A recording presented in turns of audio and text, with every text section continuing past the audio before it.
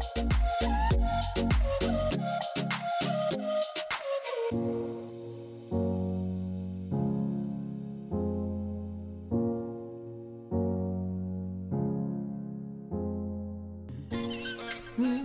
ready.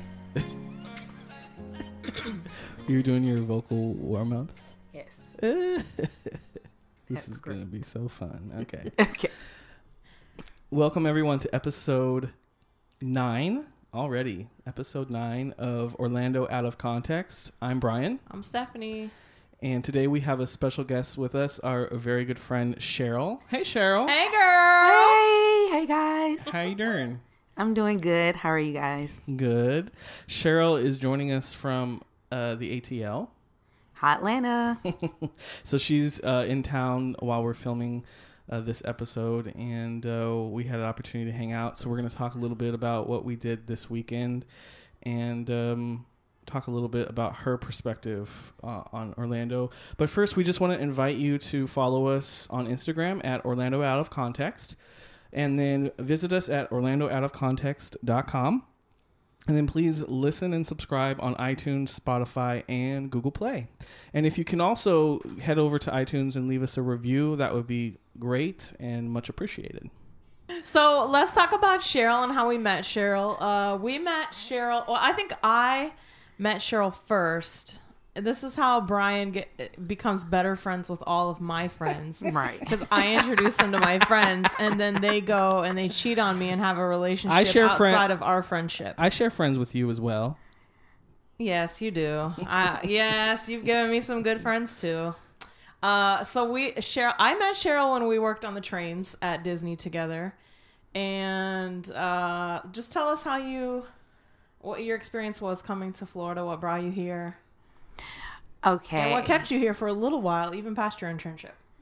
Right. Okay. So coming to Florida was a big surprise for everyone because I'm such a family person and all of my family is in Atlanta. So when they got the news that I was going to move to Florida, I was the only person moving to Florida. I had no family here. I was starting from scratch. I had an internship with Disney. I just got the opportunity to take advantage of. And it was such an exciting move for me. Not too exciting for my family, but hey, I just took it as a good experience and just moved down here and started to work with Disney. And it's so close. Like, even now that she doesn't live here, she comes like usually once a month or once every other month. Right. Now with my new work schedule, I don't come as often as I want to, but at least every 2 months. And the mega bus, I don't know if you guys have ever utilized the mega bus from Orlando, but it goes to various cities like close, like cities. It goes to Miami, it goes to Atlanta. Florida, and it goes to Atlanta. So basically you can take it, 6 hours? Right. Well, you can take it like overnight. Like you can get on at midnight and be at Atlanta at 8 a.m. Yeah. There's like 2 or 3 trips a day. Yeah. So that's an awesome thing if you guys ever want to utilize that. So what keeps bringing you back to Orlando, Cheryl? Like, why do you like to come and visit other than your friends? Like, oh, that was going to be my number one. Other than but first of all, my friends, I miss them so much. 2, I would have to say the shopping is the best ever. I know. You think the shopping is better than Atlanta? Yes. For sure. Absolutely. Yeah? A lot more options, a lot more variety. Just so many stores. It's like heaven. We love shopping. Right. Yeah. I mean, the malls are better here. You have Florida and Millennia.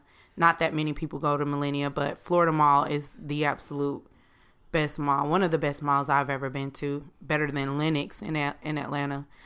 And then the 2 outlets. And there's a couple in Atlanta, but they're not as big as the ones here. Okay. They're not.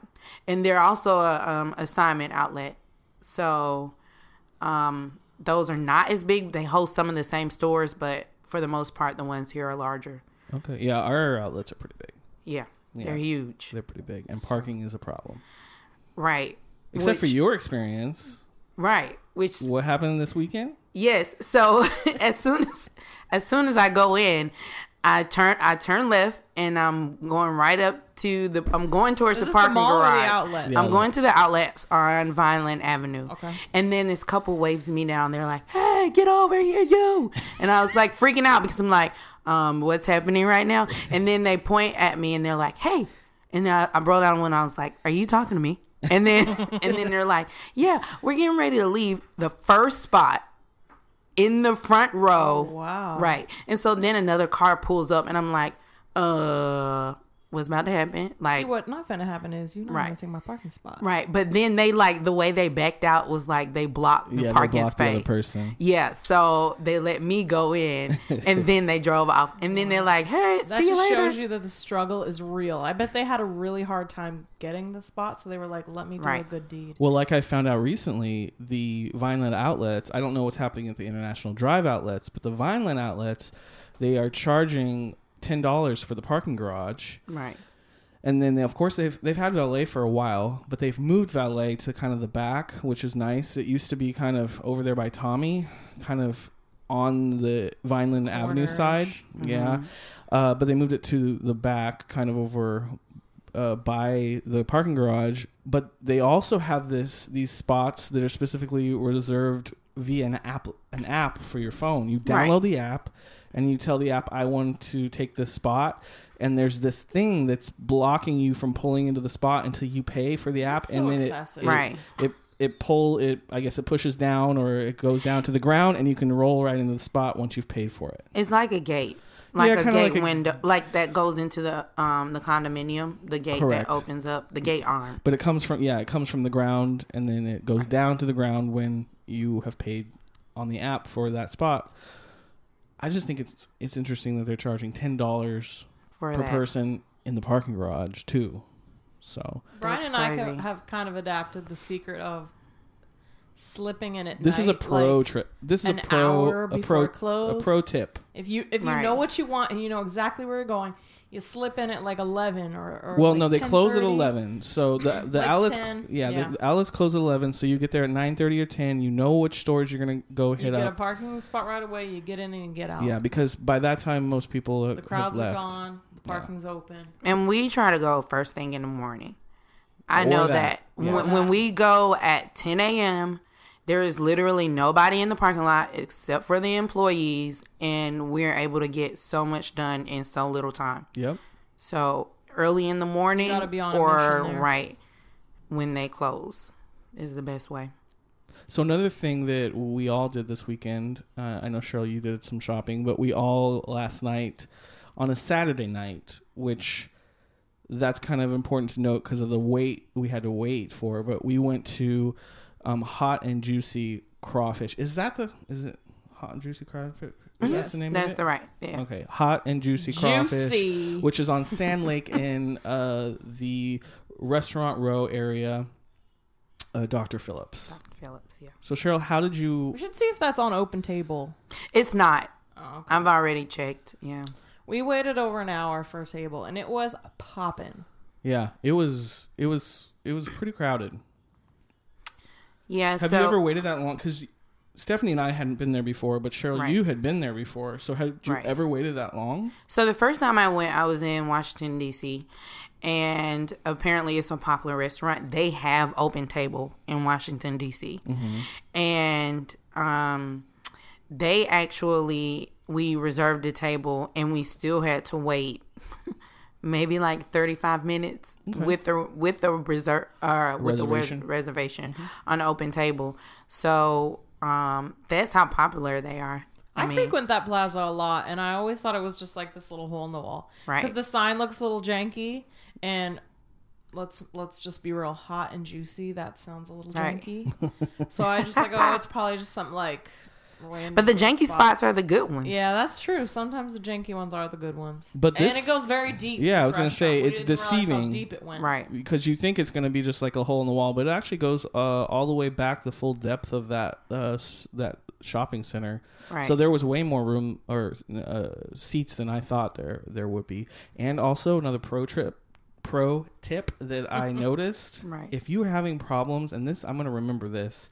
If you're having problems parking in that Rocco Tacos, it's in the Rocco Tacos plaza, because that Rocco Tacos plaza in Dr. Phillips can be a really pain in the butt to find a parking spot. Right. But there's parking behind the strip mall, which I noticed. So I've never known that. Next time, if I'm having problems parking in the front there, I'm just going to go around to the back. Because if it was just the service entrances back. Yeah, well, I saw open spots back there last night, and then if it was raining when we arrived, it would have avoided, we would have avoided the rain a little bit more. But right. Anyway, pro tip for those who go into even Rocker Tacos or what is it, Eddie V's? Yeah, it sits right there. There's just a lot of nice places over there, so the parking gets tight in the evenings. So Hot and Juicy, they are, I think, basically they're most famous for their what do you call it, a boil? Seafood in a bag. Yeah, it's like it comes to you in a bag. Steamed, fresh. You get to choose the sauce that you want. Yes. The seasoning. Which their signature sauce is Hot and Juicy, of course. Which that's the sauce that you got, and I took your lead on that, and I got it as well, and it was really good. Amazing. Yeah, it's really good. I got the blue crab, a pound of the blue crab, which was $14, which that was fine, and then a half a pound of the shrimp, and the shrimp came in at I think $16. It was $10. $16 for a full pound. I think it was $10 for a half. Right. So that's what I got. And I noticed the prices are changing as it just says market value on the menu. Yeah. So. And then there's like a chalkboard that they had up on the wall to tell you what the market price was for that day. And then Cheryl, what did you get? I got a pound of the snow crab, which of course is the crab legs. Mm-hmm. And then I got a half a pound of the shrimp. And then it was $10. The snow crabs were $26, which changed because I want to say last year it was like $22. But if you really know seafood, and if you eat fresh seafood, you know it's gonna change by whatever the market price is. Yeah. Right. So, and then of course I got the Hot and Juicy sauce, which is a combination of lemon pepper, garlic, butter, and honey or something like that. It was really, really good. It was really good. Really. And then Stephanie. Everyone's on the edge of their seat notes to know what I got. Well, I love shrimp, and I love all the other stuff they had. Like, so you could get a bag that was like shrimp, potatoes, corn on the cob, which I love all of that. But this is like the really gross shrimp with like all the legs and the big long things and the eyeballs. It hasn't been taken apart for you. So you have to do the work. Yeah. Which it's very fresh. That's probably why it's like that, I'm guessing. Right. So Cheryl's 3-year-old daughter and I split a chicken finger basket, the two of us, and it was really romantic. Well, speaking of work, so I ordered the blue crab, and she kind of mentioned to me, and Cheryl gave me the eye when she mentioned that it was just going to be, I could only eat the body, really. Right. And Cheryl gave me the look like, you really want to do that? And I was like, okay, yeah, I'm going to do it. Well, next time I won't do that because it was a lot of work. If you're not like a pro, I think some people... We even needed to call in backup, and we asked the waiter for tools. Yeah. They gave us the tools. We had to have the tools. Like a little picker with like a point and then a cracker, like a nutcracker thingy. Yeah. But I think there's some people out there that are like pro crab eaters, and they could probably we should have watched a YouTube video. For sure, we should have watched YouTube. Well, I'm a pro at eating crab legs, but not the crab body. No, I can crack the. And there was no instructions. Right, of course, it didn't come with any instructions. Even the waiter didn't give us a tutorial. I'm sure they could ask the question, right? You have to go and get the gloves. Yeah. So they provide you right off the bat. They provide you with bibs, plastic bibs, which we'll post a picture this week. Classy. We'll post a picture this week in our plastic bibs, and then we requested the plastic gloves as well because there's no way you could eat that barehanded. I mean, you could eat it barehanded. No. Why? But because it's a mess. It would be so messy. Such a mess. But it normally comes standard. Like, whenever somebody gets the seafood in the bag, they give you the gloves and the bib automatically. So to describe it again, it literally comes in a bag and it's tied just in a knot. So what happened is they steam it, and then after that they toss it in the sauce, and then they pour the sauce in the bag, and then they put the seafood in the bag with it, and then that way it's steamed, tossed in the sauce, and then still sitting in the bag as it makes its way out to you. And it's a type of restaurant. She said it's not did she say? It's not a timed kitchen. So Right. it basically, as soon as your stuff that you ordered starts to get ready, they just bring it out because they want to get it to you when it's as fresh as possible, which was fine. Right. Good for me. I forgot to mention about my corn that I ordered. Oh yeah, the corn. So I love corn on the cob, and I saw it on the side listed as a side, so I could order it was a half ear. I get it. The woman brings it to me, and it's literally in a cup of butter.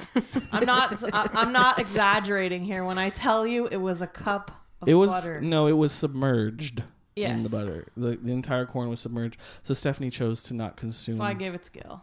To consume that. So our friend Gil was with us, and Gil ate that. But my corn, I really like the corn that was in the bag because I got some corn and potato. It's soaked in the sauce. It's soaked in the sauce, the hot and juicy sauce. Oh, it was really good. It's really good. I think next time, you have to try it if you are a seafood lover, and even if you aren't, their fried meals. They have fried chicken tenders, of course. That's what you had, Stephanie. They have fried shrimp. If you don't like steamed and fresh, market fresh with the head on, they do have fried options for you if you want. Well, I had the calamari too, which was okay. It was pretty good. Yeah. But for the most part, all of their food is pretty good. And then we had... Oh, yes. Because we were celebrating Gil's birthday. Right. He's... we're not going to reveal Gil's his age, I suppose. We'll let that one slide. We'll let it slide. But we got deep fried brownies. Oh, yeah. They were really So good. they were like, if really you guys good. have ever gone to the carnival and got deep fried Oreos, it was pretty much the same, but except a brownie instead of an Oreo. And it was nice. She brought it to the table complimentary for his birthday. Right. Which was And very then she nice. sang happy birthday. Yes, very quickly and quietly because nobody needs the attention. That's true. Thank you. I do. Thank you, Janice. You know how I love my birthday. Was it Janice? Janice, wasn't that her name? I don't remember. The waitress's name was Janice. Oh, okay. We're gonna edit. Thank you, that Janice. Thank you, Janice. For all your hard work. But I thought it was a good experience. I had never experienced a restaurant like that. Right. With this. So let's talk with the about your boil. pro tip as far as where you want to consume the meal. Oh, this is the pro tip. This episode is filled, believe me, this whole episode is filled with pro tips because I am not the type of person that likes to eat messy stuff in public. Like, I don't even like to order ribs in a restaurant. I don't eat pork, but I will eat a messy meal. I do not mind at all. I'm just not a fan in public. So my pro tip is in the very back of the restaurant, in the room you can't really see until you get all the way back. There are booths. There's maybe 4 or 5 booths in the back. Pro tip: go eat at one of those booths because you can eat in peace. You can, it's a little bit quieter. You don't have people staring at you as much. So through the window, waiting our hour wait, we were standing so the glass. The whole one side of the restaurant is glass, and that's the outside of the building. And I was standing there, and this guy gave me the biggest side stink eye. And I was like, damn. Well, then now, but now after having upset. that experience, we know why he was giving the stink eye, because he didn't want nobody judging Staring him you while you're trying to eating your eat. crab legs. Okay, he just wanted to dip pro his tip number corn 2, in the I butter. wouldn't go here on a date either. Yeah, not a first date, that's for sure. Okay. Cheryl would. I would. I totally would. If they love seafood, if the person loves seafood and I love seafood, that's the I perfect don't want to be place. dripping butter and having a hot mouth and Oh my. That's what they want. I don't know about that.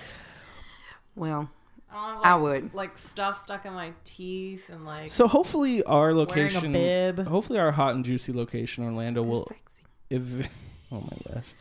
Hopefully they will eventually adapt Open Table or something. Yes. I mean, that's going to be a must because they have Open Table. They have the same location in Las Vegas and they do Open Table there, which if I go or when I go to Vegas, I will definitely be going to Hot and Juicy because that's my thing, to hit up all the locations that they have in North America. Goals? Yes. Hashtag goals. Hashtag foodie goals. So, yes. Well, Hot and Juicy. like I said, I thought it was a good experience because I'd never been to a place like that. So it was fun to have the experience. Next time, I will probably just get the shrimp. Or crab or legs. the snow crab, The legs, not the blue body. crab. Not the puny crabs. Yeah, it was a lot of work. I believe it. But that sauce, I know the sauce is to die for. And in Atlanta they have a couple of imitation restaurants, and I do call it imitation because no one can master that sauce. But they have a couple of imitation restaurants, and they're just not as good. The seafood is not as fresh. So. Thank you so much for listening to episode 9. When we originally recorded this, it did turn out to be a pretty long episode.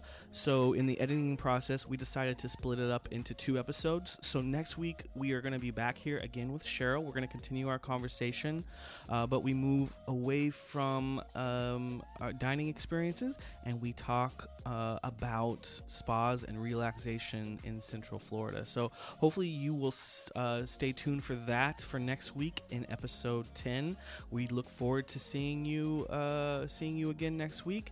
Remember to follow us on Instagram at Orlando Out of Context, and then visit us at orlandooutofcontext.com, and please listen and subscribe on iTunes, Spotify, and Google Play. And remember, go over to iTunes and leave us a review. We really appreciate that, and we will see you next time. Bye.